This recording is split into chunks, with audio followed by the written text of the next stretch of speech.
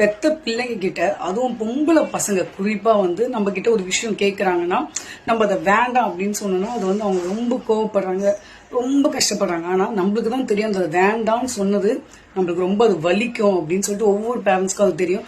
But என்னன்னா நம்மளுக்கு வந்து என்னதான் நம்ம வந்து பொம்பளை பசங்க வெளியே போகணும், ஜான்சி ராணி மாதிரி இருக்கணும், இப்படி பறக்கணும் அப்படி பறக்கணும் அப்படின்லாம் நினைப்போம்.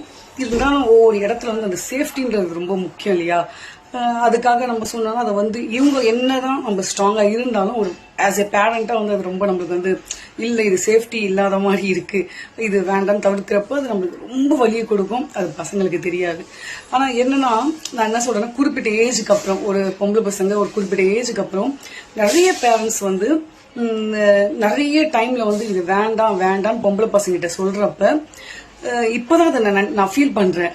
இப்படிதான் நம்மளுடைய லைஃப்லயும் நம்ம வந்து கடந்து வந்தோம். நிறைய வேண்டாம் வேண்டாம், இது செட் ஆகாது, இது வந்து சேஃப்டி கிடையாது, இது வந்து ஒத்து வராது அப்படின்னு சொல்லி நம்ம வளர்ந்துட்டோம். இப்ப நம்ம அந்த பிள்ளைங்கிட்ட திணிக்கிறப்ப அது ஒரு சைடு நம்மளுக்கு வந்து அது தப்பா சரியா எனக்கு தெரியல.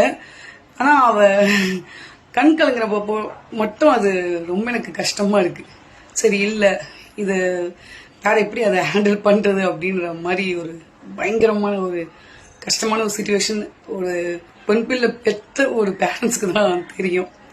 ஸோ அவங்களுடைய நல்லதுக்கு தான் சொல்றோம். ஸோ அதை தயவு செஞ்சு அதை புரிஞ்சுக்கிட்டா ரொம்ப நல்லது. Love you all the childrens, love you lot.